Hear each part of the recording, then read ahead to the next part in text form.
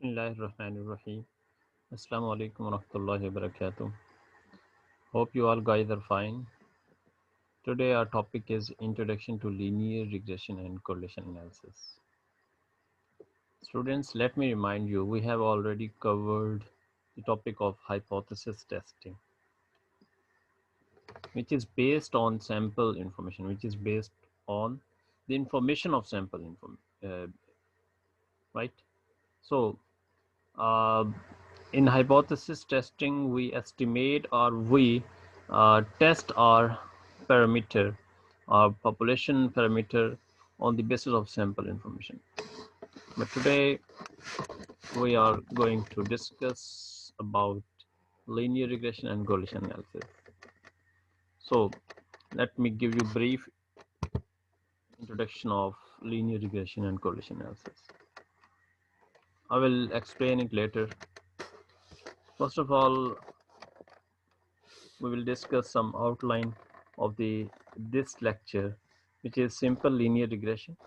This is our first goal, to develop a equation, and then on the basis of equation we will go for the prediction.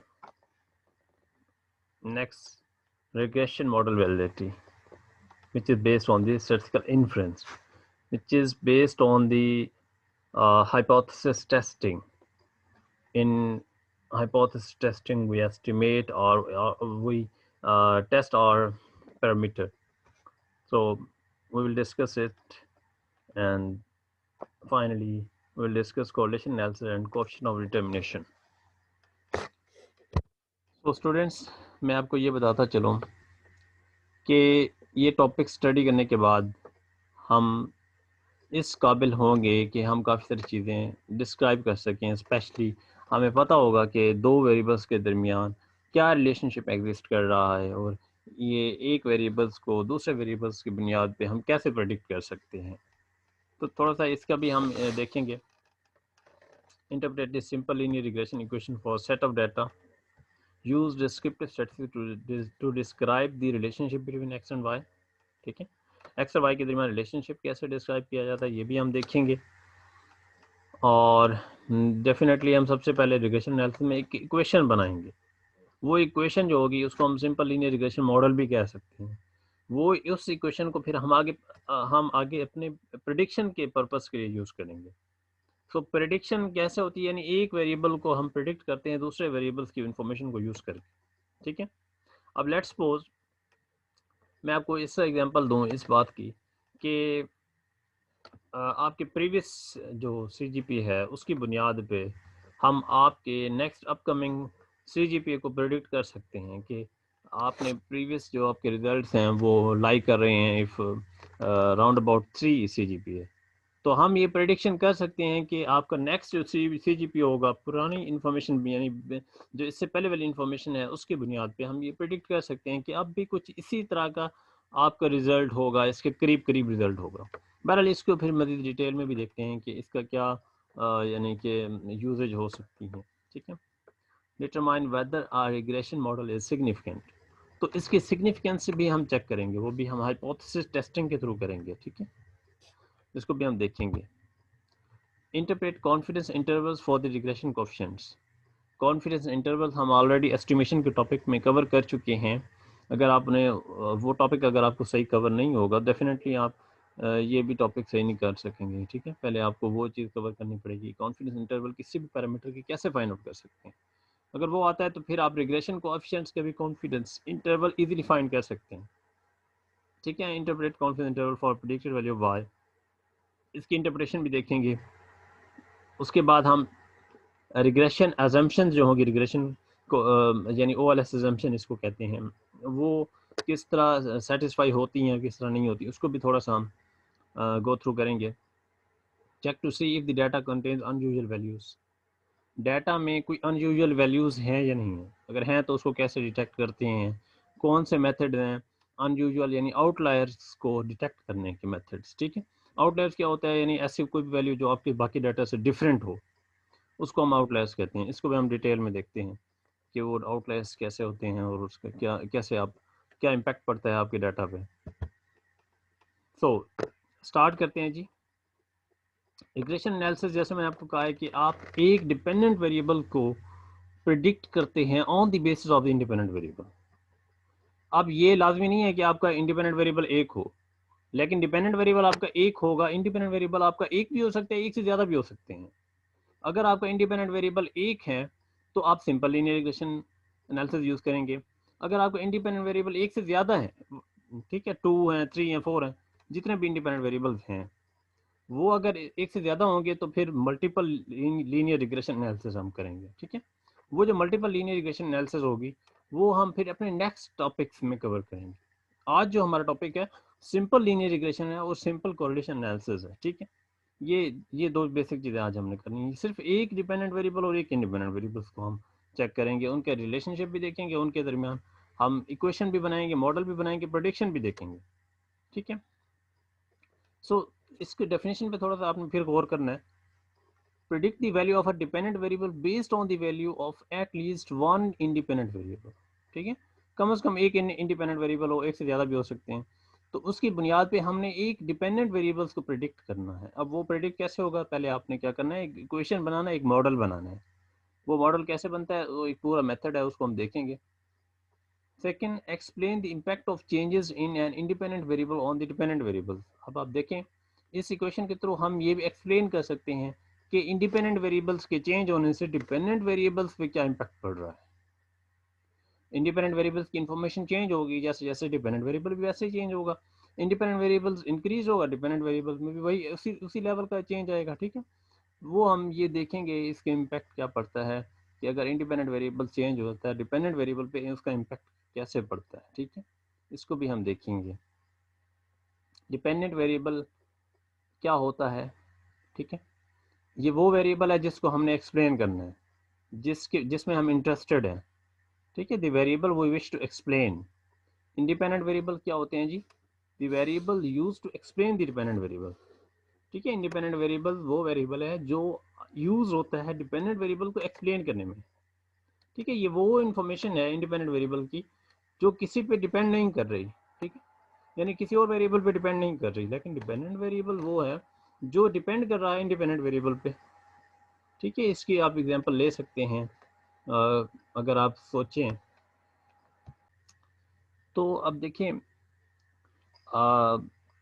मैं अब let's suppose teacher और students की example लेता हूँ। अब देखें, इस टाइम स्टूडेंट्स डिपेंड कर रहे हैं टीचर पे कि टीचर आपको कितना टाइम दे रहा है, टीचर आपको कितना अच्छे से पढ़ा रहा है, सारे कंटेंट्स कवर कर रहा है नहीं कर रहा, उसका क्या मेथड है, सारी चीज़ें आप डिपेंड कर रहे हैं टीचर के स्टडी मेथड पे। फिर वो जैसे आपको पढ़ाएगा, आप अपनी एफर्ट देंगे, ठीक है, फिर आप जाके कामयाब होंगे। इन अदर वर्ड्स, डेफिनेटली जो रिज़ल्ट स्टूडेंट्स का जो रिज़ल्ट है वो स्टूडेंट्स की एफर्ट पे डिपेंड कर रहा है। ठीक है, और टीचर की भी एफर्ट पे डिपेंड कर रहा है। अब या यूँ आप ले लें, मैं आपको इसकी एग्जांपल कुछ इस तरह भी दे सकता हूँ कि इस वक्त जो आपके मार्क्स हैं जो आपके फाइनल टर्म में जो मार्क्स आते हैं, या जो भी आपके पेपर दे रहे हैं उसमें मार्क्स जो आते हैं, वो आपके डिपेंड कर रहे होते हैं कि कितना ज़्यादा आप एफर्ट कर रहे हैं, कितना आप पढ़ रहे हैं। फॉर एग्जांपल वो डिपेंड कर रहे हैं कि आपके स्टडी आवर्स। अब देखें, अब आप फॉर एग्जांपल 3 आवर्स पढ़ रहे हैं एक दिन में, और आपका CGPA आ रहा है जी, एक दिन में आप 3 आवर्स पढ़ रहे हैं, आपका CGPA आ रहा है फॉर एग्जांपल 3.2। और अगर आप अपने स्टडी आवर्स कम कर दें, स्टडी आवर्स अगर कम कर दें, पढ़ना कम कर दें, 2 आवर्स कर दें या 1 आवर्स कर दें, तो आपकी CGPA रिड्यूस होगी क्योंकि आप एफर्ट कम करें। अगर आप अब 3 आवर्स से 6 आवर्स पढ़ने लग जाएं एक दिन में, तो CGPA आपका जंप करेगा 3.2 टू फॉर एग्जांपल 3.5। तो अब देखें, ये इन्फॉर्मेशन जो हम ले रहे हैं कैसे ले रहे हैं, आपकी डेफिनेटली प्रीवियस इन्फॉर्मेशन को यूज़ करेंगे, फिर चेक करेंगे कि बच्चा इतना पढ़ रहा है डेली, इन्फॉर्मेशन उसकी देखेंगे, फिर उसके बाद फिर हम प्रेडिक्ट करेंगे कि इतना पढ़ने के बाद उसके मार्क्स में कितना इजाफा हो रहा है या नहीं हो रहा। ठीक है, ये सारी चीज़ें देखेंगे। यूजुअली डेफिनेटली जितना एफर्ट आप करेंगे ज़्यादा, उतना ज़्यादा आपके मार्क्स इंक्रीज़ करेंगे। तो अगर आप कम पढ़ते जाएंगे या इवन नहीं पढ़ेंगे, एंड में पढ़ेंगे या कुछ भी करेंगे, तो आपके मार्क्स भी उतने ही यानी एवरेज लेवल के मार्क्स आएंगे, हो सकता है आप फेल भी हो जाएं। ठीक है, तो ये चीज़ें होती हैं, यानी अब आपके मार्क्स डिपेंड कर रहे हैं आपकी एफर्ट पे, आपके नंबर ऑफ स्टडी आवर्स पे। जितना आप पढ़ेंगे उतना, यानी वो एक एग्जांपल है, जितना गुड़ उतना मीठा। तो जितना पढ़ेंगे उतना ही आपके मार्क्स अच्छे होंगे, ठीक है। सो इसको फिर हम फर्दर मैं आपको इस तरह भी एक्सप्लेन कर सकता हूँ। सबसे पहले regression analysis sir Francis Galton ने स्टार्ट किया था, यूज़ किया था इस कॉन्सेप्ट को। उन्होंने एक्सप्लेन किया था कि रिलेशनशिप देखा था, जो उनके बेसिकली पेरेंट्स और चिल्ड्रंस के दरमियान का जो रिलेशनशिप था कि उनके एक अगर पेरेंट्स अगर फॉर एग्जांपल टॉलर हैं तो स्टूडेंट्स सॉरी जो चिल्ड्रंस होंगे वो भी टॉलर होंगे। अगर पेरेंट्स टॉलर नहीं हैं तो जो चिल्ड्रंस हैं वो भी टॉलर नहीं होंगे। ये उन्होंने रिलेशनशिप देखा था। यानी उन्होंने कहा था कि अगर पेरेंट्स टॉलर हैं, taller parents have taller children, ठीक है। अगर टॉलर पेरेंट्स नहीं होंगे तो उनकी चिल्ड्रंस की जो हाइट होगी वो भी टॉलर नहीं होगी। ये मोस्टली यही कॉन्सेप्ट अब भी चल रहा है, ठीक है। अगर आप देखें सब लोग यही कॉन्सेप्ट पे बिलीव करते हैं, यार इसके बाप की हाइट ज़्यादा है तो इसकी हाइट भी ज़्यादा हो सकती है। अगर दोनों की हाइट ज़्यादा है, माँ और बाप दोनों की हाइट ज़्यादा, तो सब लोग कहेंगे यार ये दोनों की हाइट ज़्यादा है, इसकी तो लाजमी ज़्यादा होगी। ये अक्सर लोगों का कॉन्सेप्ट आज भी ये चल रहा है। लेकिन अब जो है ना रिसेंटली अगर हम अब इस बात की इस चीज़ को देखें, अभी बहुत ब्रॉड हो चुका है कॉन्सेप्ट, ठीक है। अब रिग्रेशन एनालिसिस अब बहुत आगे चला गया। स्टार्ट यहाँ से हुआ था लेकिन अब बहुत आगे चला गया। इसमें अब हम बहुत ज़्यादा प्रेडिक्शंस करते हैं, काफ़ी प्रेडिक्शंस हम करते हैं रिग्रेशन एनालिसिस के थ्रू, ठीक है। इसमें एक मॉडल बनाते हैं, मॉडल बनाने के बाद फिर हम प्रेडिक्शन करते हैं। वो हम देखेंगे, एक एग्जांपल भी डिस्कस करेंगे इसको, और फिर इस पूरे कॉन्सेप्ट को कैसे हमने इक्वेशन कैसे बनाते हैं, सारी चीज़ें हम देखेंगे। फिर उसके बाद हम रिग्रेशन एनालिसिस को कवर करने के बाद कोरिलेशन एनालिसिस भी देखेंगे। सो डिपेंडेंट वेरिएबल का हमें आइडिया हो गया और इंडिपेंडेंट वेरिएबल का भी हमें पता चल गया कि डिपेंडेंट वेरिएबल वो वेरिएबल होता है जिसको हमने एक्सप्लेन करना होता है। इंडिपेंडेंट वेरिएबल वो होता है जो यूज होता है डिपेंडेंट वेरिएबल को एक्सप्लेन करने में, ठीक है। सिंपल लीनियर रिग्रेशन मॉडल, अब देखिए रिग्रेशन एनालिसिस है ना, रिग्रेशन एनालिसिस में एक सिंपल लीनियर रिग्रेशन मॉडल होता है, दूसरा होता है multiple linear regression model. Simple में सिर्फ एक इंडिपेंडेंट वेरिएबल होता है, जबकि मल्टीपल लीनियर रिग्रेशन में हमारे पास एक से ज़्यादा इंडिपेंडेंट वेरिएबल होते हैं। लेकिन हमने इस टाइम सिर्फ सिंपल रिग्रेशन मॉडल पर फोकस करना है। नेक्स्ट लेक्चर में हम इंशाल्लाह मल्टीपल पे फोकस करेंगे। So simple linear regression model में सिर्फ एक इंडिपेंडेंट वेरिएबल होता है, ठीक है। Relationship between X and Y is described by a linear function, तो एक फंक्शन बनाएंगे जिसको हम इक्वेशन भी कह सकते हैं। तो एक्स और वाई के दरमियान रिलेशनशिप जो होगा ना एक लीनियर फंक्शन के थ्रू डिस्क्राइब होगा। Changes in Y are assumed to be caused by changes in X, जो चेंजेस y में आएंगी वो हम अज्यूम कर रहे हैं कि वो x की वजह से आएंगी। जो भी चेंजेस आएंगी y में वो x के चेंज होने से आएंगी, ठीक है। x इंक्रीज करेगा, y के भी दरमियान भी रिलेशनशिप जो होगा वो चेंज होगा x और y का, ठीक है। काफ़ी डिफरेंस आता है। इसलिए प्रिडिक्शन हम करते हैं x की बुनियाद पर, यानी इंडिपेंडेंट वेरिएबल्स की बुनियाद पर। आप देखिए इंडिपेंडेंट वेरिएबल्स के और भी बहुत से नाम हैं, इसको हम एक्सप्लेनेटरी वेरिएबल्स भी कह सकते हैं, ठीक है। और डिपेंडेंट वेरिएबल को हम रिस्पॉन्स वेरिएबल भी कह सकते हैं। तो और भी इसके काफ़ी नाम है, ठीक है, जो लिटरेचर में यूज़ होते हैं। ये आपके सामने एक स्कैटर डायग्राम की कुछ पिक्चर्स हैं, इस पे हम थोड़ा सा फोकस करते हैं। थोड़ा रिलेशनशिप हमें पता चलना चाहिए कि क्या रिलेशनशिप एग्जिस्ट करता है।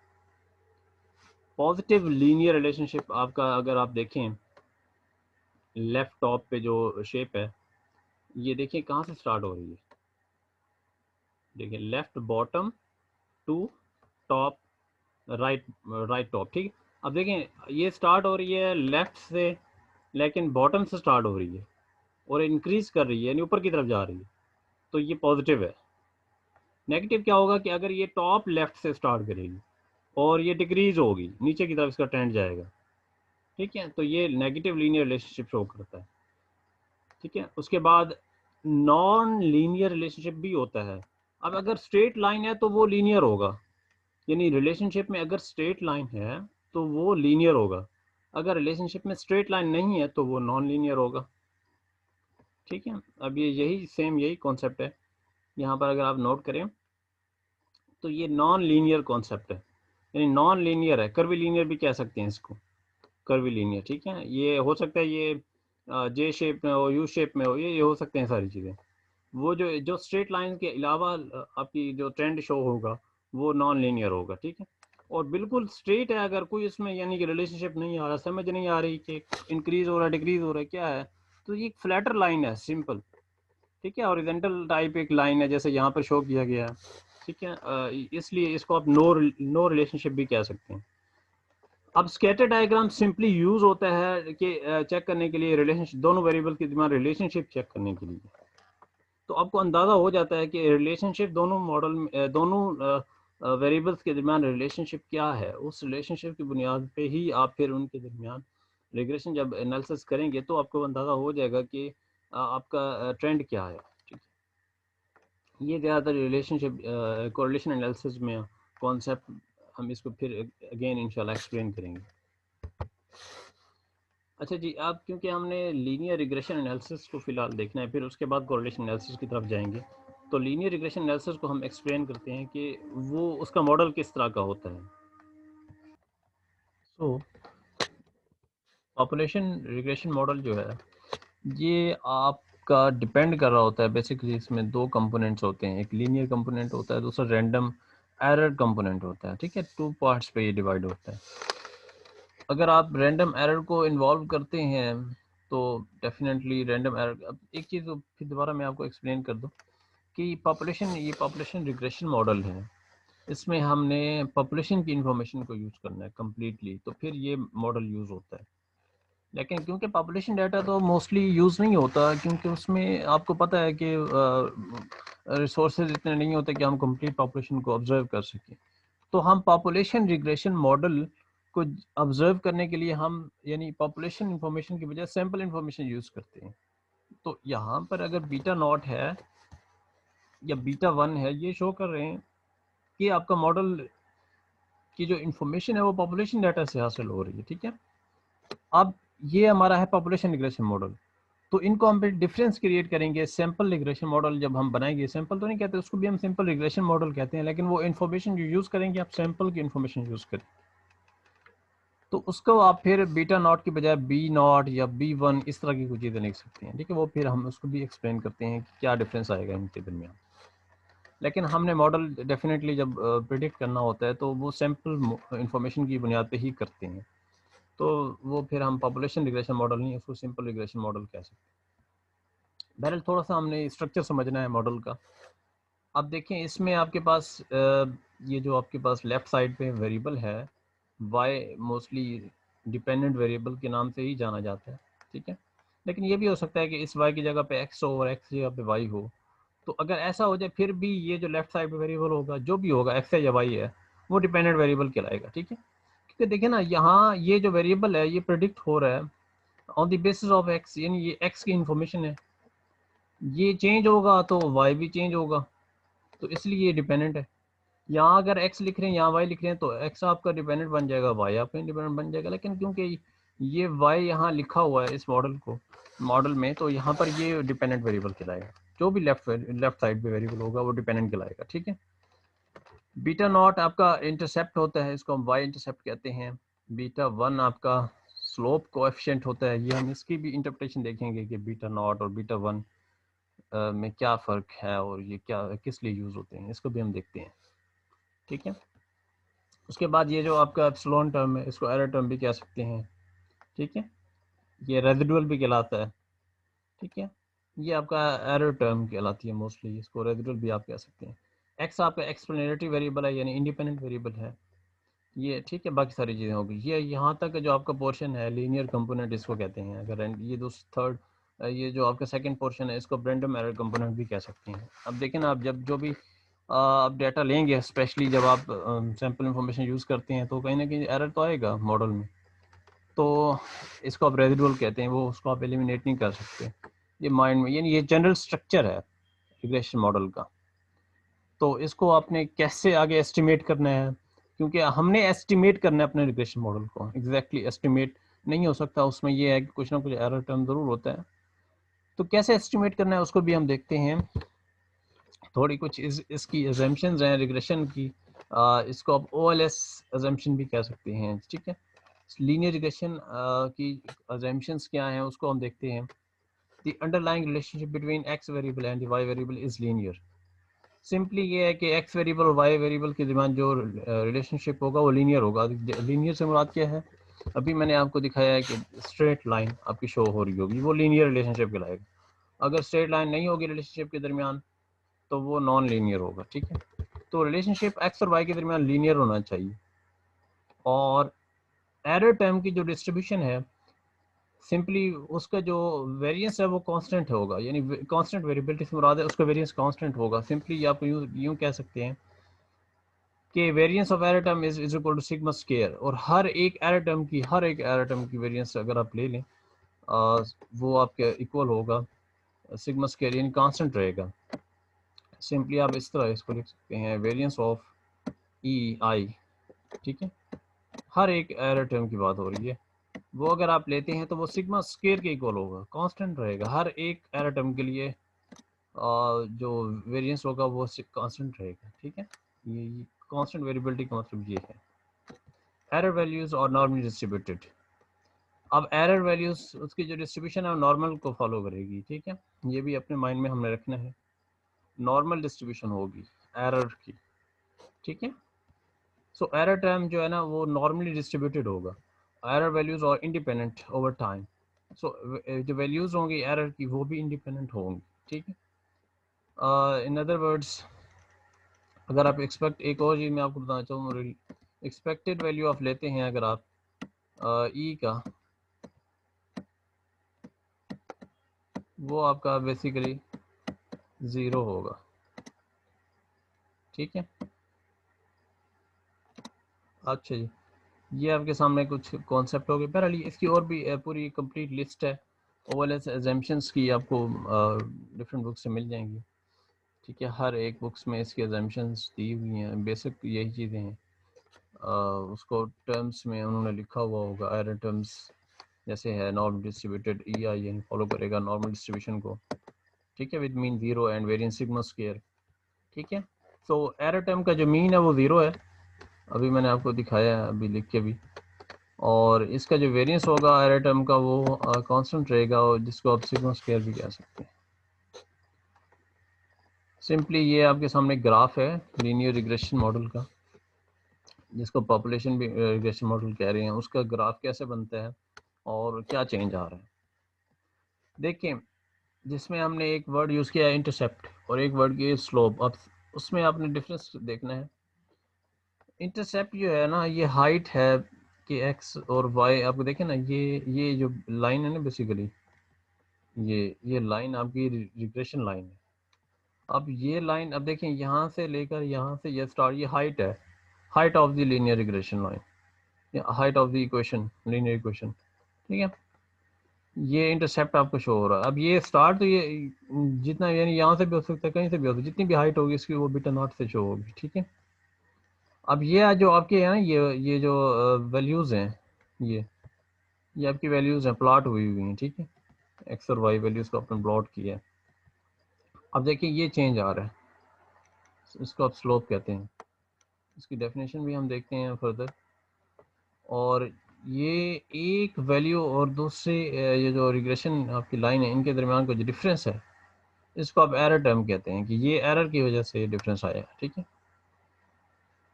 अब यहाँ पर एक्स बार है तो यहाँ पर फॉर एग्जांपल वाई बार है, एक्स बार और वाई बार आपस में रिग्रेशन लाइन पे क्या कर रहे हैं, इंटरसेक्ट कर रहे हैं, ठीक है। Observe value of Y for X I, ये जो आपका डॉटेड लाइन है ये शो कर रहा है। अब ये जो आपकी बेसिकली पॉइंट है, इसको आप प्रिडिक्टेड वैल्यू कहते हैं, ये क्योंकि ये प्रिडिक्शन इक्वेशन है ना, ये जो लाइन है ना इसको रिग्रेशन लाइन कह सकते हैं, प्रिडिक्शन लाइन कह सकते हैं। ये आपकी प्रिडिक्शन इक्वेशन या प्रिडिक्शन लाइन इसको कह लें। ये जो पॉइंट है ये शो कर रहा है कि ये प्रेडिक्टेड वैल्यू ऑफ वाई, यानी वाई की वो प्रेडिक्टेड वैल्यू है फॉर द एक्स आई की जो भी वैल्यू होगी यहाँ पर, उसकी बुनियाद पे ही आपने वाई की प्रेडिक्टेड वैल्यू फाइंड की, ये शो कर रहा है। तो बेसिकली पूरी ग्राफ का ये एक स्ट्रक्चर आपको बताया गया है जी। अब देखें, अब हमने पॉपुलेशन रिग्रेशन मॉडल का कॉन्सेप्ट अभी देखा है। अब आपने पॉपुलेशन रिग्रेशन मॉडल को एस्टिमेट करना है, मैंने आपको पहले बताया कि पॉपुलेशन रिग्रेशन मॉडल, आप पॉपुलेशन इन्फॉर्मेशन यूज़ कभी भी नहीं करते, आप हमेशा सैम्पल इन्फॉर्मेशन यूज़ करते हैं। तो सैम्पल इन्फॉर्मेशन को यूज़ करके आपने एस्टिमेट करना है अपने पॉपुलेशन रिग्रेशन मॉडल को। सो वो इस तरह होगा, sample regression line provides an estimate of the population regression line. ठीक है, अब से ये आपकी जो रिग्रेशन लाइन है आपके सामने, ये सैम्पल रिग्रेशन लाइन है। सैम्पल रिग्रेशन लाइन का मतलब हो गया कि सैम्पल इन्फॉर्मेशन को यूज़ करके आपने ये रिग्रेशन लाइन बनानी है। अब हमने सैम्पल रिग्रेशन लाइन ही यूज़ करनी है, हमने पॉपुलेशन रिग्रेशन मॉडल नहीं यूज़ करना। पॉपुलेशन रिग्रेशन मॉडल हम पूरा डाटा नहीं यूज़ कर सकते, हमेशा हम सैम्पल रिग्रेशन लाइन यानी सैम्पल की बुनियाद पे ही हम अपने रिग्रेशन लाइन को एस्टिमेट करते हैं। सो जब हम सैम्पल रिग्रेशन लाइन यानी सैम्पल डाटा को यूज़ करके रिग्रेशन लाइन एस्टिमेट करेंगे, तब हम वाई आई हैट लिखेंगे। ये आपका एस्टिमेटेड यानी कि वेरिएबल है, एस्टिमेटेड और प्रेडिक्टेड वाई वैल्यू। ठीक है, ये डिफरेंस क्रिएट कर रहा है पॉपुलेशन मॉडल और रिग्रेशन मॉडल के दरमियान कि ये आपकी एस्टिमेटेड वाई होगा, एस्टिमेटेड प्रेडिक्टेड वैल्यू होगी। ठीक है, अब देखें पहले हमने बीटा नॉट लिखा था, अब हम बी नॉट लिख रहे हैं, जिसको आप क्या क्या कहते हैं, estimate of the regression intercept, यानी वाई इंटरसेप्ट कहा था ना पहले आपने, रिग्रेशन इंटरसेप्ट या वाई इंटरसेप्ट, उसको आपने एस्टिमेट करना है, बीटा नॉट को एस्टिमेट करना है बी नॉट के फॉर्म में। सिमिलरली बीटा वन को आपने एस्टिमेट करना है बी वन के फॉर्म में, estimate of the regression slope. जो बीटा वन था उसका एस्टिमेट है ये बी वन, ये बीटा नॉट का एस्टिमेट है B naught, estimate of the regression intercept. X आपका इंडिपेंडेंट वेरिएबल है। ठीक है, तो सिंपली जब आप अपने मॉडल को एस्टिमेट करेंगे तो ये बुनियादी स्ट्रक्चर होगा आपके मॉडल का। ठीक है, सो इसमें आप एरर टर्म इंक्लूड नहीं करेंगे क्योंकि आप अपने मॉडल को एस्टिमेट कर रहे हैं, लेकिन आप एरर टर्म फाइंड जरूर कर सकते हैं, Y I minus Y hat. ठीक है, सो ये ज़रूर फाइंड आउट हो सकता है, ऐसा नहीं है कि आप इसको फाइंड आउट नहीं कर, एरर टर्म फाइंड कर सकते हैं, वो भी हम आगे जाके देखेंगे कैसे होता है। Interpretation of the slope and intercept, अब हमें पता होना चाहिए कि स्लोप और इंटरसेप्ट यानी सॉरी बीटा नॉट और बीटा वन में क्या डिफरेंस है। So beta naught is the estimated average value of Y when the value of X is zero. अब दोबारा मैं आपको ग्राफ दिखाता हूँ फिर आपको समझ आएगी। Beta naught is the estimated average value of Y, तो ये वाई की वो एवरेज वैल्यू है जब आपकी एक्स की वैल्यू जीरो थी। ये देखिएगा दोबारा ग्राफ को, अब देखिए ना ये यहाँ से स्टार्ट हो रहा है, तो एक्स की वैल्यू तो जीरो हो गई ना। So it is the average value of Y when the value of X is zero. अब ये यहाँ भी हो सकता है, यहाँ भी हो सकता है, कहीं भी हो सकता है, तो इसका मतलब ये हो गया कि बीटा नॉट आपकी height of the regression line को शो कर रहा है। ठीक है, आप बीटा वन को देखिए, B1 is the estimated change in the average value of y as a result of 1 unit change in x। अब आप देखें 1 unit change in x, जैसे जैसे आपका यूनिट चेंज होता गया x का, वैसे वैसे आपकी रिग्रेशन लाइन भी क्या होती गई है, उसमें भी चेंज आता गया है। अब देखें, अब यहाँ से ये देखें ये चेंज आया है।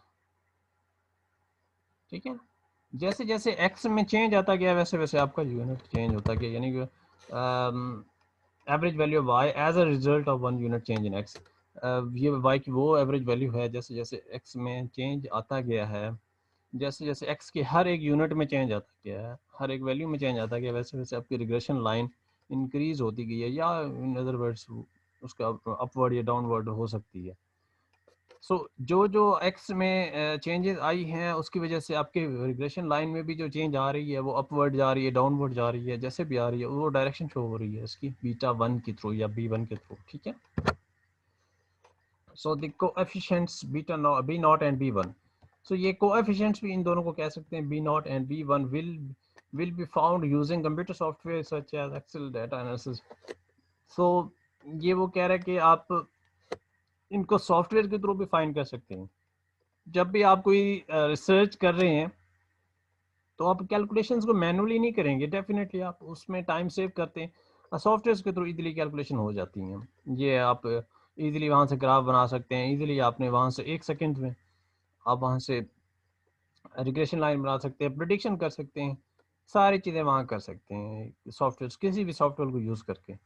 ये नहीं है सिर्फ यही सॉफ्टवेयर, और भी बहुत से सॉफ्टवेयर यूज़ होते हैं। ठीक है, लेकिन जब आप पेपर पॉइंट ऑफ व्यू से बात करते हैं तब आपको B naught B one regression equation prediction ये सारी चीज़ें आपको खुद करनी होंगी, खुद आपको मैनुअली फाइंड आउट करनी होगी, ठीक। सो रिसर्च पॉइंट ऑफ व्यू के लिए ये कॉन्सेप्ट आपको यूज़ करना पड़ता है कि आप सॉफ्टवेयर यूज़ करते हैं। Other regression measures will also be computed as part of computer based regression analysis. तो ये आप कंप्यूटर बेस के थ्रू ये सारी चीज़ें कंप्यूटर सॉफ्टवेयर के थ्रू रिग्रेशन एनालिसिस कर सकते हैं। इसमें किसी किस्म की कोई प्रॉब्लम क्रिएट नहीं होगी। आप जैसे अपना आउटपुट इनपुट देंगे उसी लिहाज से ही आपको आउटपुट मिल जाएगा, ठीक है। सो हम एग्जांपल एक डिस्कस करते हैं जी कि फॉर एग्जांपल आपके सामने एक एग्जांपल है, a real estate agent wishes to examine the relationship between the selling price of a home and its size measured in square feet, ठीक है जी। तो ये आपने रिलेशनशिप देखना है कि किस प्राइस पे वो जो है ना आपका होम सेल हो रहा है, और जबकि उसका इंडिपेंडेंट वेरिएबल उसका साइज़ है, ठीक है। वो साइज़ आपका यानी उस हाउस का साइज़ है, वो आपका स्क्वायर फीट में साइज़ गिवन है। आप डिपेंडेंट वेरिएबल आपका वाई है और इंडिपेंडेंट वेरिएबल उसका साइज़। आप देखें ना, जितना ज़्यादा उस घर का साइज़ ज़्यादा होगा उतना ज़्यादा उसका रेट ज़्यादा लगेगा ना। साइज़ कम होगा उसका रेट डेफिनेटली कम लगेगा। तो ये उसकी प्राइस जो है ना, सेलिंग प्राइस इंक्रीज होगी अगर उसका जो है ना एक्स यानी कि उसका उसका साइज ज़्यादा होगा। तो ये आपको हाउस प्राइस जो गिवन है डॉलर्स में, $1000 में गिवन है, ठीक है। जबकि second x independent variable square feet में गिवन है आपको। सो ये आपको इन्फॉर्मेशन गिवन है, वाई की इन्फॉर्मेशन गिवन है आपको, ठीक है, और एक्स की इन्फॉर्मेशन गिवन है। ये दो चीज़ें आपको गिवन है। उन्होंने आपको ये स्टेटमेंट भी गिवन दी है, और ये सिर्फ स्टेटमेंट आपको ये चीज़ गिवन नहीं दी, ये आपने खुद बनानी है, ठीक। ये आपको गिवन दिया उन्होंने, आपने खुद सोचना है कौन सी चीज़ डिपेंडेंट है कौन सी इंडिपेंडेंट। अब देखें, आपको पता है कि सेलिंग प्राइस वो डिपेंडेंट होगा और साइज इंडिपेंडेंट होगा। जितना साइज ज़्यादा होगा उतना सेलिंग प्राइस ज़्यादा होगी, ठीक है। तो डिपेंडेंट और इंडिपेंडेंट में आप खुद फ़र्क नोट कर सकते हैं। तो ये दो वेरिएबल आपको बेसिकली गिवन है। उन दोनों वेरिएबल्स को इन्फॉर्मेशन को यूज़ करके आपने प्रेडिक्शन इक्वेशन करनी है। वो आपको बताएगा कि क्या करना है आपने। उसने फॉर एग्जांपल आपको ये कहा है, estimate the regression line of Y on x.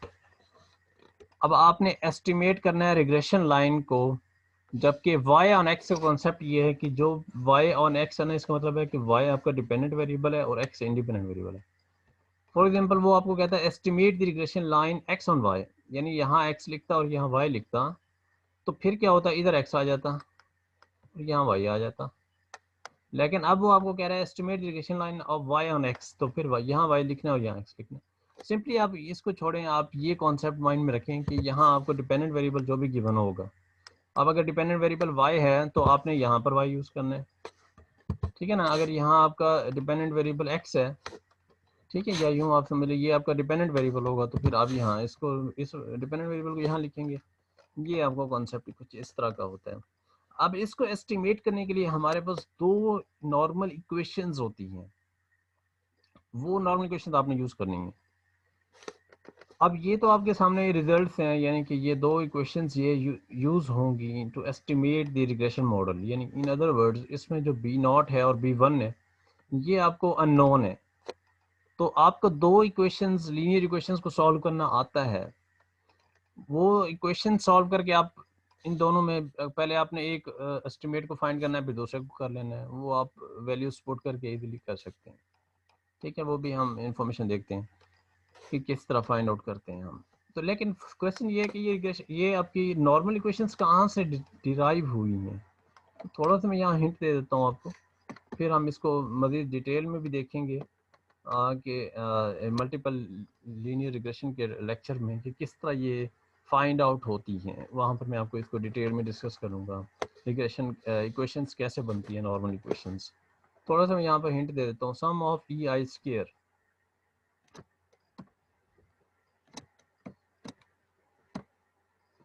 In other words residual का स्क्वायर। अब रेसिडुअल क्या होता है, रेसिडुअल का मतलब ये हो गया Y I minus Y hat कि original Y minus predicted Y, इनके दरमियान जो डिफरेंस आएगा उसका स्क्वायर आपने लेना है, ठीक है।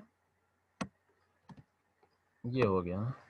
अब उसका साथ में सम भी लेना है, sum of E I square. अब इसको आपने डिफरेंशिएट करना है with respect to the parameter, ठीक है ना। फिर उसको आपने इक्वेट करना है 0 के, ठीक है। अब अगर फॉर एग्जांपल एक बार आपने बीटा नॉट से बी नॉट से किया, दूसरी बार आप B1 से करेंगे इसी इक्वेशन को, ठीक है। तो इससे आपको क्या हो जाएगा, दो इक्वेशन डिराइव होंगी, एक बार आपके पास ये वाली इक्वेशन आएगी, दूसरी बार ये वाली इक्वेशन आएगी। इसको फिर कैसे डिराइव करते हैं वो इसको नेक्स्ट लेक्चर में मैं मज़ीद इसको डिटेल के साथ डिस्कस करूँगा। अगर आपके पास कोई बुक है तो वहाँ से भी आप ये देख सकते हैं कि नॉर्मल क्वेश्चन कैसे इन्होंने डिराइव की हैं। तो नॉर्मल क्वेश्चंस को डिराइव करने का एक प्रॉपर मेथड है।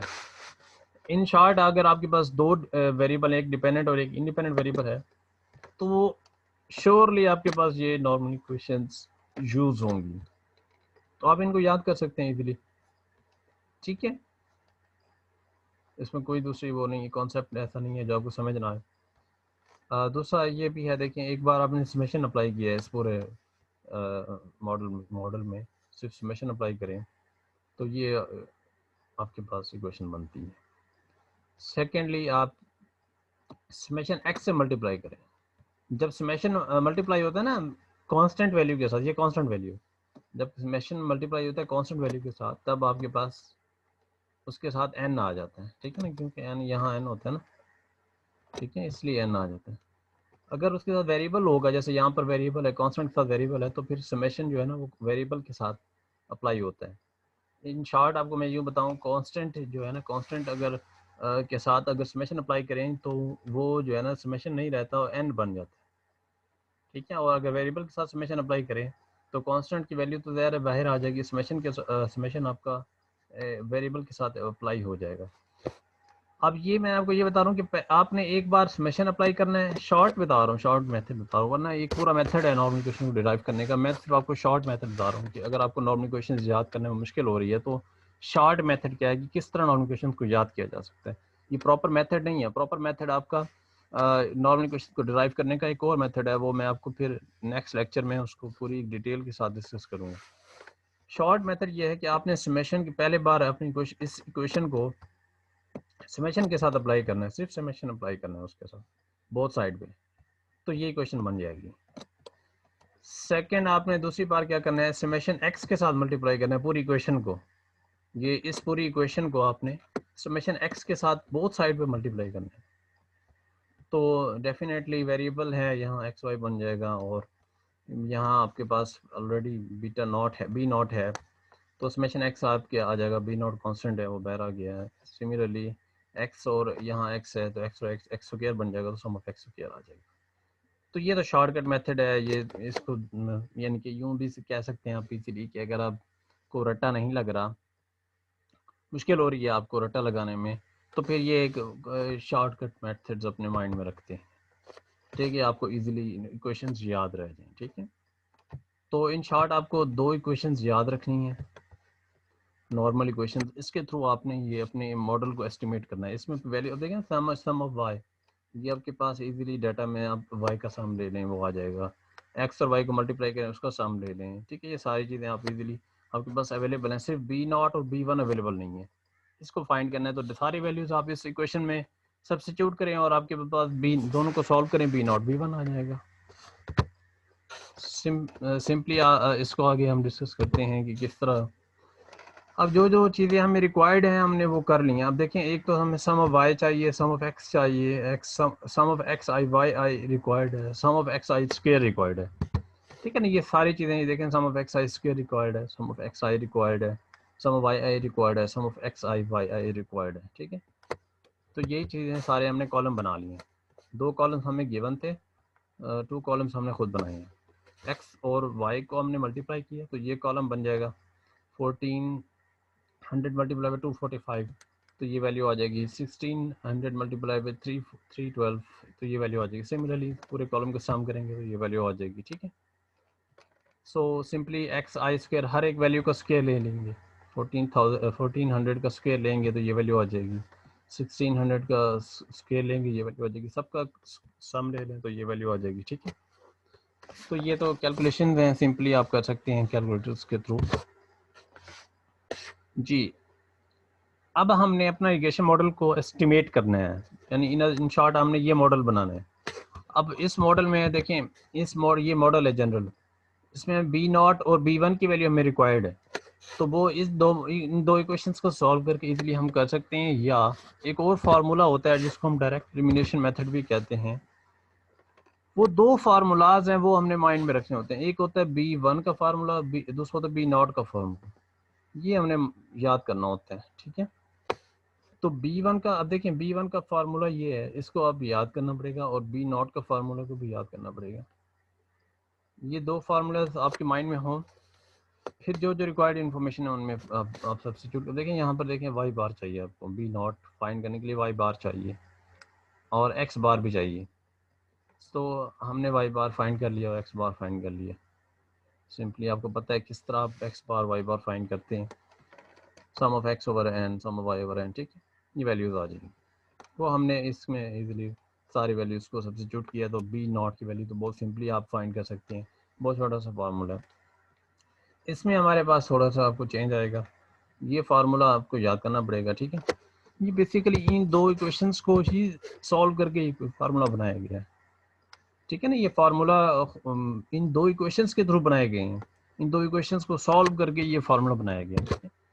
इसको आप डायरेक्ट एलिमिनेशन कहते हैं। लेकिन अगर आपको ये फार्मूला पसंद नहीं आ रहे, आपको लगता है ये मुश्किल है, और ये आपको ये मेथड पसंद आ रहा है कि इन दो नॉर्मल इक्वेशंस में आप सारी वैल्यूज़ को सब्स्टिट्यूट करें, sum of Y, sum of X I, जो भी वैल्यूज़ हैं सारी को आप सब्स्टिट्यूट करें वैल्यूज़ बी नॉट और बी वन के लिए, आप इन दोनों इक्वेशंस को सॉल्व करें।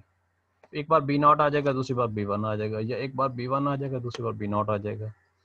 जो भी आपको मेथड इजी लगे। मैट्रिक्स मेथड भी होता है क्वेश्चंस को सॉल्व करने के लिए, आप पढ़ चुके हैं ऑलरेडी अलजेब्रा में। मैट्रिक्स मेथड के लिए इनके थ्रू भी क्वेश्चन सॉल्व हो सकती हैं, ठीक है।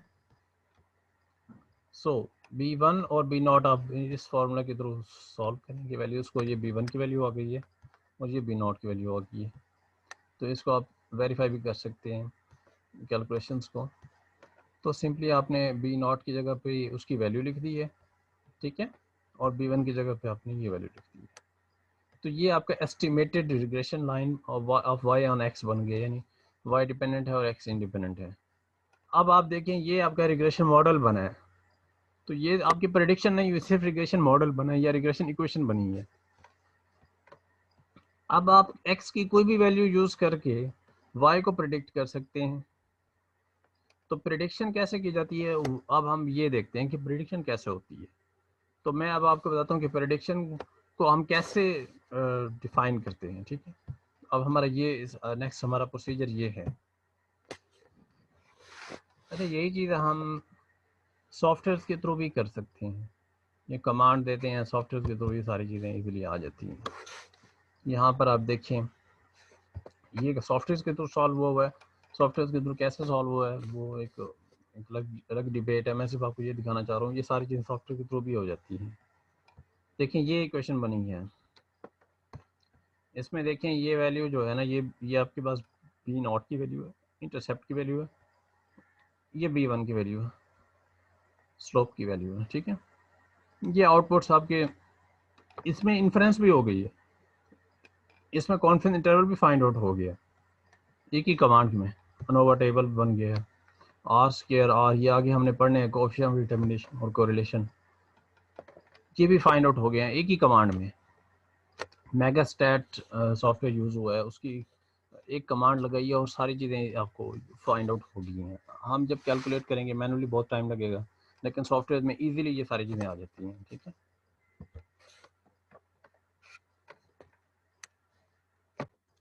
तो रिग्रेशन लाइन बनाने के बाद इसको नेक्स्ट ये स्टेप है कि इसको आप कैसे एस्टिमेट करेंगे, यानी कि कैसे एस्टिमेट तो हो गया, मतलब इसको कैसे प्रेडिक्ट करेंगे वाई को आप एक्स की बुनियाद पे, वो भी मैं आपको अभी बताता हूँ। इससे पहले मैं आपको थोड़ा सा इसकी इंटरप्रिटेशन बताता चलूँ। जैसे ये बी नॉट है, इस वैल्यू को क्या मतलब है और बी वन की वैल्यू को क्या मतलब है, इसको मैं इंटरप्रेट करना चाहता हूँ। इसके लिए सबसे पहले तो आपको मैं स्कैटर प्लॉट, ये बेसिकली प्लॉट का नाम है जो हमने ये आप सिंपली एक्सेल पे भी ड्रॉ कर सकते हैं, बाई हैंड भी आप ड्रॉ कर सकते हैं। स्केयर फिट यानी एक्स एक्सेस पे एक्स की वैल्यू ली है, वाई एक्सेस पे वाई की वैल्यू ली है। पहले आपने सारे प्लॉट किए हैं एक्सेस को, ठीक है, एक्स और वाई को प्लॉट किए हैं। प्लॉट करने के बाद रिग्रेशन लाइन बनाई है, ठीक है ना। अब आप देखें scatter plot and regression line. पहले आपने स्कैटर प्लॉट की बनाया, फिर रिग्रेशन लाइन बनाई है। अब स्कैटर प्लॉट में देखें ये एक्स और वाई। अब देखें ना, जब एक्स की वैल्यू आपके पास होगी कोई 1000 से अबव और वाई की वैल्यू आपकी होगी 200 के करीब, तो ये आपके पास प्लॉट बन जाएगा इस तरह। हर एक्स की वैल्यू पे वाई के सामने वैल्यू को आपने प्लॉट करना है। ये तो हो गया स्कैटर प्लॉट। अब आपने ये देखें ट्रेंड आपका लीनियर बन रहा है, तो इसका मतलब लीनियर रिग्रेशन हो गई ना। अब हमने जो रिग्रेशन लाइन बनाई है उसको आपने प्रिडिक्ट करना है वाई हैट के बुनियाद पे। ये रिग्रेशन लाइन है आपकी, इसके सामने आपने डॉटेड लाइन लगाई है ताकि आपको पता चले इसकी हाइट क्या है रिग्रेशन लाइन की ना। तो ये ये यहाँ तक तो रिग्रेशन लाइन क्लोज होगी ना। अब इसको आपने डॉटेड लाइन के साथ यहाँ मिलाया ताकि आपको अंदाज़ा हो कि इसकी हाइट क्या बन रही है, 98.2248। ये आपका स्लोप बन रहा है 0.1097। अब इसी को हमने डिफाइन करना है। अब देखें 98.24833 हमें क्या बता रहा है। तो पहले तो आप इसकी डेफिनेशन को गौर करें। B naught is the estimated average value of Y when the value of X is 0। तो ये तो आपको पता चल गया कि ये आपकी वो एस्टिमेटेड एवरेज वैल्यू है जब आपकी एक्स की वैल्यू 0 हो। इन शॉर्ट आप यूँ कह सकते हैं, if X is equal to 0 is in the range of observed X values. जब एक्स की वैल्यू 0 होगी तो तब वाई जो है ना प्रेडिक्टेड वो क्या होगा।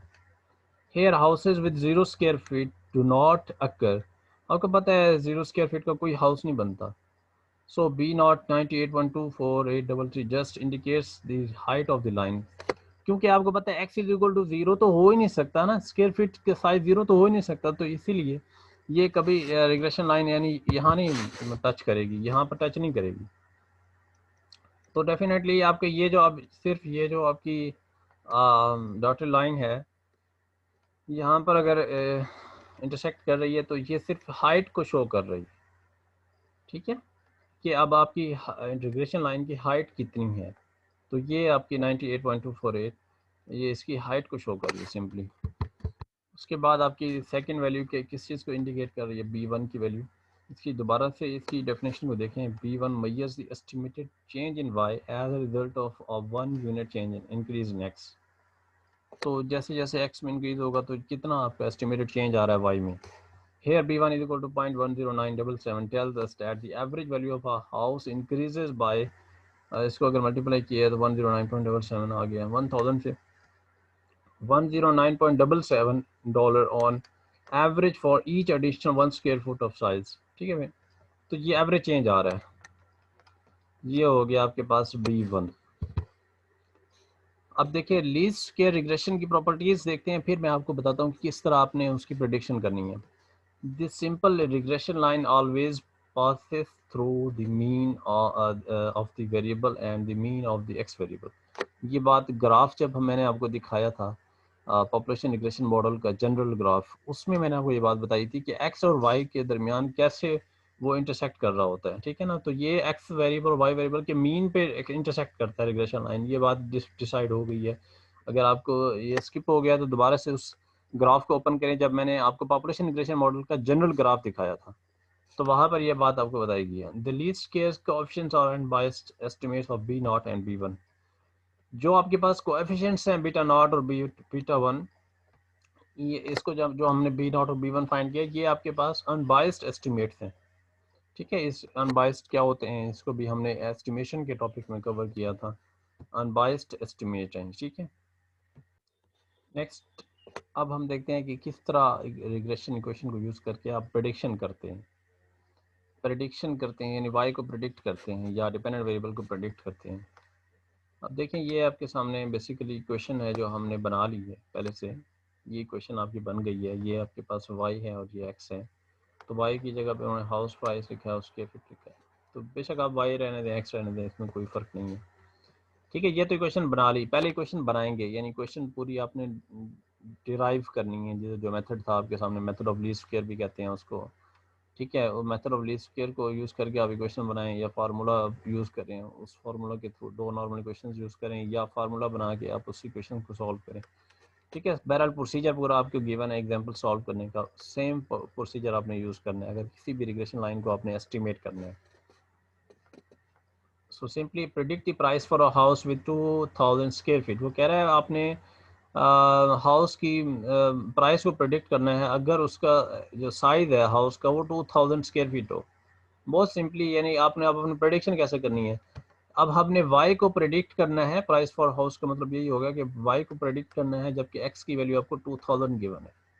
बहुत सिंपल है। अब इस पूरे मॉडल में आपने y को प्रेडिक्ट करना है जबकि x की वैल्यू यहाँ पर स्क्वायर फीट की जगह पे 2000 आपने वैल्यू यूज़ करनी है और सॉल्व करना है, तो सिंपली y प्रेडिक्ट हो जाएगा। इसको देखें, ये तो जनरल इन्फॉर्मेशन थी y और x की आपको गिवन थी, इसको यूज़ करके आपने ये क्वेश्चन बनाई है। अब आपने सिर्फ x की वैल्यू को यूज़ करना है और y प्रेडिक्ट करना है। देखें, सिंपल ये क्वेश्चन आपने बना लिया पहले से। इसमें अब आपने सिर्फ x की वैल्यू रिप्लेस करनी है 2000, ये जो जिसको प्रेडिक्ट करना है आपने, यानी जिसकी बुनियाद पे आपने y प्रेडिक्ट करना है, वो आपने वैल्यू यहाँ पर रिप्लेस की है। अब आपने क्या करना है, इसको आपने सॉल्व किया तो 317.85 आ गया। The predicted price for a house with 2000 square feet is, इसको अगर क्योंकि ये वैल्यू आपको जो जनरल गिवन है ना, ये आपको $1000 में गिवन है, तो उसको इसी से मल्टीप्लाई किया तो आगे 3,17,850 आपके पास डॉलर ये वैल्यू आ गई है इसकी। अगर आपका स्क्वायर जो आपका स्क्वायर फीट यानी हाउस का जो साइज़ है वो 2000 हो, तो आपकी वैल्यू हाउस की इतनी बनेगी। ठीक है, ये प्रेडिक्शन है, इसको आप प्रेडिक्शन कहते हैं। क्या आपने क्या किया, एक्स की वैल्यू को यूज़ किया और आपने वाई को प्रेडिक्ट किया। सिंपली आपको ये मैं यूँ बताऊँ कि ये अगर आपका मॉडल बना है, अगर आपको ये कहा गया कि प्रेडिक्टेड वैल्यूज़ फाइंड करें या प्रेडिक्शन करें पूरी कंप्लीट, यानी प्रेडिक्टेड वैल्यूज़ फाइंड करें, तो यहाँ पर एक कॉलम बनेगा वाई हैट का या वाई आई हैट का एक कॉलम बनेगा। अब उस कॉलम में आपने क्या करना है कि x की वैल्यू यहाँ पर सिर्फ रिप्लेस करनी है, यानी यहाँ पर आप सिर्फ x की वैल्यू चेंज करनी है। पहले आपने 1400 वैल्यू यूज़ करनी है, फिर जो वैल्यू आएगी वो यहाँ पर आप लिखेंगे। ठीक है, सिमिलरली आपने फिर ये यूज़ करना है, जो वैल्यू इस मॉडल में इसकी जगह पे, फिर आपने जो वैल्यू होगी वो यहाँ लिखेंगे। सिमिलरली ऐसे, तो ये एक पूरा कॉलम बन जाएगा। ये इसको कहते हैं प्रेडिक्टेड वैल्यूज़। फिर इसी प्रेडिक्टेड वैल्यूज़ को आपने प्लॉट करना होता है। ये यहाँ पर जो प्लॉट किया हुआ है ना, ये दोबारा मैं आपको दिखा देता हूँ। तो ये जब आप प्लॉट करेंगे, उस प्लॉट करते हुए वो चीज़ आपको मिलेगी। तो ये देखें, ये जो आपकी प्रेडिक्शन लाइन है, ये जो आपकी लाइन यहाँ पर प्लॉट की हुई है, ये उसी वैल्यूज़ वाई हैट की वैल्यूज़ को प्रेडिक्ट करके, वो वाई हैट की वैल्यूज़ की बुनियाद पे ये लाइन प्रेडिक्ट की हुई है। ऑन एवरेज लाइन ये बनी हुई है। वाई, ये जो आपके पास ब्लैक कलर की लाइन है, ये वाई हैट की लाइन है। ठीक है, ये उन्हीं वैल्यूज़ को यूज़ करके ये लाइन प्रेडिक्ट हुई हुई है। ठीक है,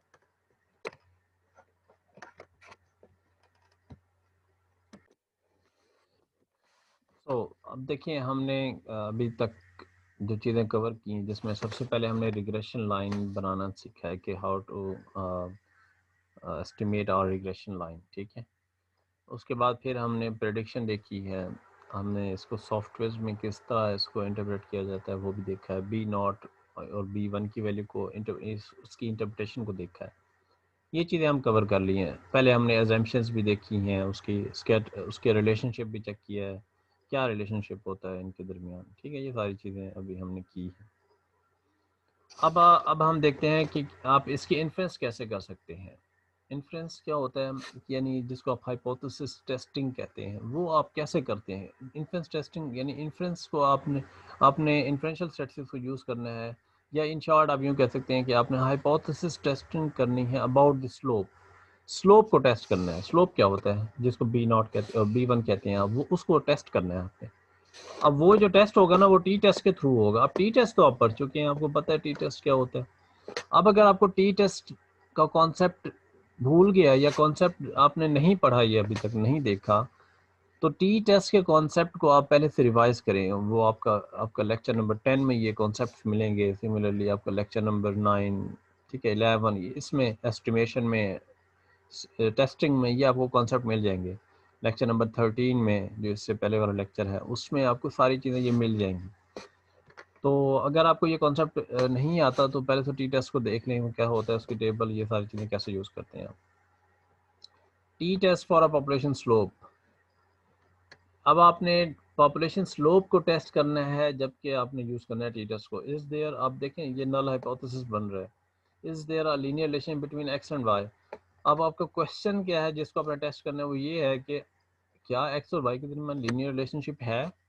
यानी एक्स और वाई के दरमियान लीनियर रिलेशनशिप होगा तो ही आप लीनियर लाइन बना सकते हैं ना, तो ही आप लीनियर रिग्रेशन इक्वेशन एनालिसिस कर सकते हैं या लीनियर रिग्रेशन एनालिसिस कर सकते हैं। तो वो टेस्टिंग करनी है, क्या इनके दरमियान एक्स और वाई के दरमियान लीनियर रिलेशनशिप है।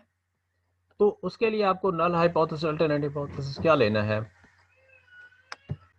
सो अब देखें, नल हाइपोथेसिस आपका ये इस तरह बनेगा H naught B beta one is equal to zero. तो अब आप टेस्ट करें beta one is equal to zero, जिसका क्या मतलब हो गया, अगर स्टेटमेंट लिखना चाहें so there is no linear relationship between X and Y. ये इसका मतलब ये हो गया ना, H naught beta one is equal to zero का मतलब हो गया there is no linear relationship between X and Y. जबकि एच नॉट या अल्टरनेटिव हाइपोथेसिस एच वन जो आप बनाएंगे अल्टरनेटिव हाइपोथेसिस, उसको आप ये टू टेल टेस्ट है ना, naught is equal to zero, इसको आप टू टेल टेस्ट कहते हैं। इसका क्या मतलब है, there is linear relationship between X and Y या लीनियर रिलेशनशिप एग्जिस्ट, ठीक है, बिटवीन एक्स एंड वाई। ठीक है, ये आपका स्टेटमेंट बन गया। आपको पता होना चाहिए beta one is equal to zero का क्या मतलब है, no linear relationship. Beta one naught is equal to zero का मतलब हो गया लीनियर रिलेशनशिप डज एग्जिस्ट, यानी there is linear relationship between X and Y. तो ये एक नल हो गया, दूसरा अल्टरनेटिव हो गया। आपको पता है अगर नो लीनियर रिलेशनशिप नल में है तो अल्टरनेटिव उसका उलट होता है, तो उसका मतलब हो गया कि अल्टरनेटिव में क्या हो गया, देयर इज लीनियर रिलेशनशिप। अब ये आपने ऑब्टेन पी वैल्यू के थ्रू इसको आपने करना है, यानी सिंपली मैं आपको ये बताना चाहूँ, आपको कॉन्सेप्ट आना चाहिए, आपको पता हो कि स्लोप को टेस्ट करना है तो कौन सा टेस्ट यूज़ करना है, टी टेस्ट यूज़ करना है। अगर आप आपका नल हाइपोथेसिस को ऑब्जेक्टिव टाइप क्वेश्चन है कि इसका स्लोप की टेस्टिंग के लिए कौन सा नल हाइपोथेसिस यूज़ होता है या अल्टरनेटिव हाइपोथेसिस यूज़ होता है, तो वो भी आपको पता होना चाहिए। अब इसकी टेस्टिंग तो आपने करनी है पी वैल्यू और पूरा एक कॉन्सेप्ट यूज़ करना है आपने, बेसिक जो सॉफ्टवेयर्स की कैलकुलेशंस हैं उसकी बुनियाद पे आपने करना है। ये बाय हैंड भी कैलकुलेट हो जाता है, ठीक है, बाय हैंड। अगर आप सॉफ्टवेयर की कैलकुलेशन यूज़ कर रहे हैं तो आपको यूज़ करना पड़ेगा पी वैल्यू, अगर आप बाय हैंड कर रहे हैं तो टेबुलेटेड वैल्यू यूज़ करना पड़ेगा, टी की टेबल वैल्यू जो होती है, ठीक है। सो सिंपली अनोवा बनाएंगे, अनोवा आपका बनता है सॉफ्टवेयर्स के थ्रू, ठीक है, सॉफ्टवेयर की इन्फॉर्मेशन यूज़ करके वहाँ पर उसके थ्रू आपने स्लोप कोएफिशिएंट फाइंड किया। अब ये तो आपको यार पेपर में आपको ये चीज़ तो नहीं आएगी कि अनोवा कैसे बनता है, ये चीज़ें तो नहीं होंगी पेपर में, तो ये चीज़ें नहीं होंगी पेपर में। अगर आप सॉल्व करना चाहें इस चीज़ को तो पूरा एक टी टेस्ट लगेगा, जिसको beta one minus B one over उसका standard error of beta one, T test को थोड़ा सा रिवाइज कीजिएगा, उसके थ्रू होगा। लेकिन मैं यहाँ पर इसकी डिटेल सिर्फ आपको मैनुअली कैलकुलेशंस में नहीं बता रहा, सिर्फ आपको ये बता रहा हूँ कि टेस्टिंग किस तरह होती है इसकी। The slope of this model is 0.10, ये तो आपको पता है स्लोप आपका ये है 0.1098। अब आपने इसको टेस्ट करना है, ठीक है। Does square footage of the house affect it's sale price, ये भी हो गया कि क्या ये अफेक्ट कर रहा है आपके हाउस प्राइस को, इसको आपने टेस्ट किया है, यानी H naught beta one is equal to zero, beta one naught is equal to zero, इसको आपने टेस्ट किया है सॉफ्टवेयर के थ्रू। ये सॉफ्टवेयर की इन्फॉर्मेशन है बेसिकली, एक्सेल आउटपुट यहाँ पर यूज़ किया हुआ है, एक्सेल आउटपुट के थ्रू इसको इसको टेस्ट किया है,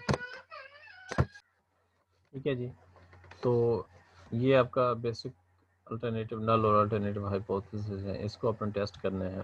तो ये तो सॉफ्टवेयर के थ्रू हुआ है, आप बुक में देखिएगा, वहाँ पर आपको ये चीज़ें मिल जाएंगी कि आपने कैसे टेस्टिंग करनी है, मैनुअली आपको पता चल जाएगा। वैसे तो आपका टी टेस्ट यूज़ होगा, लेकिन आप वहाँ से इसका देख सकते हैं प्रोसीजर, बुक में भी आपको मिल जाएगा। तो सिंपल यहाँ तो पी वैल्यू को कंपेयर किया गया है जी इसके साथ, आपको पता है कि alpha greater then P value अगर होगा तो आपका रिजेक्ट हो जाएगा एच नॉट। अब अल्फ़ा अगर 0.05 है तो वो तो पी वैल्यू से ग्रेटर देन है ना, तो इसकी बुनियाद पे आपका ये डिसीजन ये होगा कि आप रिजेक्ट करेंगे एच नॉट को, ठीक है। तो पी वैल्यू वाला मेथड आपने यूज़ किया। जब हमने टेस्टिंग का कॉन्सेप्ट देखा था प्रीवियस लेक्चर में, हाइपोथेसिस टेस्टिंग के लेक्चर में, उसमें मैंने आपको बताया था कि आप अपने बाद दफ़ा टेस्ट को हाइपोथेसिस टेस्टिंग के थ्रू भी करते हैं, ठीक है, सॉरी पी वैल्यू के कॉन्सेप्ट यानी उसको लिंक करते हैं, alpha greater than equal to P अगर होगा तो आपका रिजेक्ट होगा, अगर अल्फ़ा लेस देन पी होगा तो आपका एक्सेप्ट होगा एच नॉट। इन शॉर्ट अगर आप देखें यहाँ पर आपको टी स्टैट यानी टी स्टैटिस्टिक्स की वैल्यू भी गिवन है, यानी ये अगर आप फाइंड करना चाहें बाय हैंड तो ये टी स्टैटिस्टिक्स की वैल्यू है, यानी टी टेस्ट की वैल्यू है, ठीक है। अगर आप बीटा नॉट की यानी देख रहे हैं, बी नॉट को टेस्ट कर बी वन को टेस्ट कर रही हैं, स्लोप को टेस्ट कर रही हैं, ये स्लोप के सामने है ना, ये तो ये उसकी वैल्यू होगी। अगर आप इंटरसेप्ट को टेस्ट कर रहे हैं तो ये T36 वैल्यू होगी और ये इसके लिए P वैल्यू होगी। ठीक है, ये सारे ये आपका स्टैंडर्ड एरर होगा जो आपका डिनोमिनेटर में यूज़ होता है T36 में। ये तो सारी कैलकुलेशन आपको मिली है सॉफ्टवेयर के थ्रू। अब डेफिनेटली ये आपको पेपर में तो हेल्प नहीं करेंगी, लेकिन कॉन्सेप्ट समझ ज़रूर आ जाएगा आपको। तो ये इसकी बुनियाद पे आपने रिजेक्ट किया अपने नल हाइपोथेसिस को। ये आपका कॉन्फिडेंस इंटरवल है। अगर आपने स्लोप को कॉन्फिडेंस इंटरवल चेक करना है तो ये भी इन्होंने सॉफ्टवेयर के थ्रू ही किया हुआ है कि ये इसके दरमियान आपका कॉन्फिडेंस इंटरवल लाई करेगा। 95% लोअर कॉन्फिडेंस इंटरवल है, ये एक अपर कॉन्फिडेंस इंटरवल है अगर आप स्लोप के लिए कर रहे हैं। ठीक है, स्लोप के लिए अगर आप कर रहे हैं so we can be 95% confident that house prices increase by between for 1 square foot increases। ठीक है, ये इंटरप्रिटेशन होगी इसकी सिंपली। तो ये कॉन्फिडेंस इंटरवल, अब ये भी आपको कॉन्सेप्ट मिल जाएगा बुक में, स्पेशली जो आप रिकमेंडेड बुक है जो आप यूज़ कर रहे हैं उसमें आपको ये इन्फ्रेंशियल स्टैटिस्टिक्स जो है ये स्पेशली स्लोप के इन्फ्रेंसेस आपको ये सारी चीज़ें मिल जाएंगी, तो इसको आप वहाँ से देख सकते हैं। तो ये तो हो गई आपकी इन्फ्रेंसेस। आप देखें, आपने पहले मॉडल बनाया, पहले तो मॉडल का स्ट्रक्चर देखा, उसमें आपने स्लोप इंटरसेप्ट को समझा, उसका मॉडल कैसे बनता है वो भी देखा, स्ट्रक्चर देखा, फिर एग्जांपल देखी, फिर उसके बाद आपने इसकी इन्फ्रेंशियल स्टैटिस्टिक्स देखी जिसमें आपका टी टेस्ट यूज़ किया, आपने बीटा वन को टेस्ट किया, फिर उसके लिए बीटा वन के लिए आपने स्लोप के लिए जिसको आप कहते हैं आपने उसकी कॉन्फिडेंस इंटरवल एस्टिमेशन चेक की है वो कैसे होती है। तो ये दो चीज़ें तो मैंने सॉफ्टवेयर के थ्रू आपको दिखाई हैं। इसको आप अगर आपको ये लग रहा है कि भाई किस तरह हम इसको देखते हैं मैनुअली कैसे कैलकुलेट कर सकते हैं, तो आप रिकमेंडेड बुक चेक कर सकते हैं टी टेस्ट की, आपको क्या स्टैटिस्टिक्स है उसके थ्रू आप उसको इजीली चेक कर सकते हैं। उसमें फिर आपको एक ट्रेडिशनल मेथड जो है टेस्टिंग का वो यूज़ करना पड़ेगा, उस ट्रेडिशनल मेथड के थ्रू आप करेंगे। ये तो हमने पी वैली मेथड यूज़ किया है जिसको सॉफ्टवेयर के थ्रू आप करते हैं, तो वो ट्रेडिशनल मेथड के थ्रू आप उसको ईजिली सॉल्व कर सकते हैं। सो मैं यहाँ तक क्लोज़ करता हूँ। ये आपका पार्ट 1 इस लेक्चर का कंप्लीट हो गया है। 2 पार्ट्स में इस लेक्चर को मैं डिवाइड कर रहा हूँ। सो पार्ट 1 में हमने क्लियर किया है जी basically simple linear regression analysis और रिग्रेशन मॉडल वैलिडिटी, यानी कि सिर्फ आपने इसकी इन्फ्रेंशियल स्टैटिस्टिक्स और सिंपल लीनियर रिग्रेशन मॉडल बनाना सीखा है फ़िलहाल। उसके बाद हमारे पास रहता है कोरिलेशन एनालिसिस। तो इसको मैं पार्ट 2 के लिए जो है ना डिस्कस करता हूँ, यानी पार्ट 2 में ये चीज़ हम डिस्कस करेंगे। सो पार्ट 1 में आपको सिर्फ ये चीज़ मिलेगी, फिर आप पहले इस लीनियर रिग्रेशन को कम्प्लीटली अंडरस्टैंड कर लें, फिर कोरिलेशन एनालिसिस बहुत शॉर्ट सा कॉन्सेप्ट है कोरिलेशन एनालिसिस का, उसको भी with the help of example हम डिस्क्राइब करेंगे और सॉफ्टवेयर में भी उसकी कैलकुलेशंस को देखते हैं। बहुत इजीली कैलकुलेशंस भी इजीली आप कर सकते हैं मैनुअली और सॉफ्टवेयर के थ्रू भी। उसकी मेन चीज़ है इंटरप्रिटेशन, कि किस तरह आपने कोरिलेशन को इंटरप्रेट करना है। ठीक है, उसकी वैल्यू को कैसे इंटरप्रेट करना है, उसकी रेंज क्या होती है, सारी चीज़ें। तो ये हम पार्ट 2 में डिस्कस करते हैं। सो पहले आप इस चीज़ को कवर करें, फिर पार्ट 2 में ये आपका पूरा एक कंप्लीट वीकली बेसिस का एक लेक्चर बन जाएगा जिसमें हमने लीनियर रिग्रेशन को पहले देखा, फिर कोरिलेशन एनालिसिस को, दोनों को आपने यानी कि मर्ज करके आप उस कॉन्सेप्ट को लेके चलना है। ठीक है, यहाँ तक अगर आपका क्वेश्चन होगा वो मैं आपको क्लियर कर दूंगा। अगर आपको क्वेश्चन है आप रेस कीजिएगा ज़रूर। बाकी आप इसका जो नेक्स्ट पार्ट है वो भी आप ज़रूर देखें। पार्ट 1 देखने के बाद इसी लेक्चर का आप पार्ट 2 भी ज़रूर देखें। कि जी अल्लाह हाफिज़।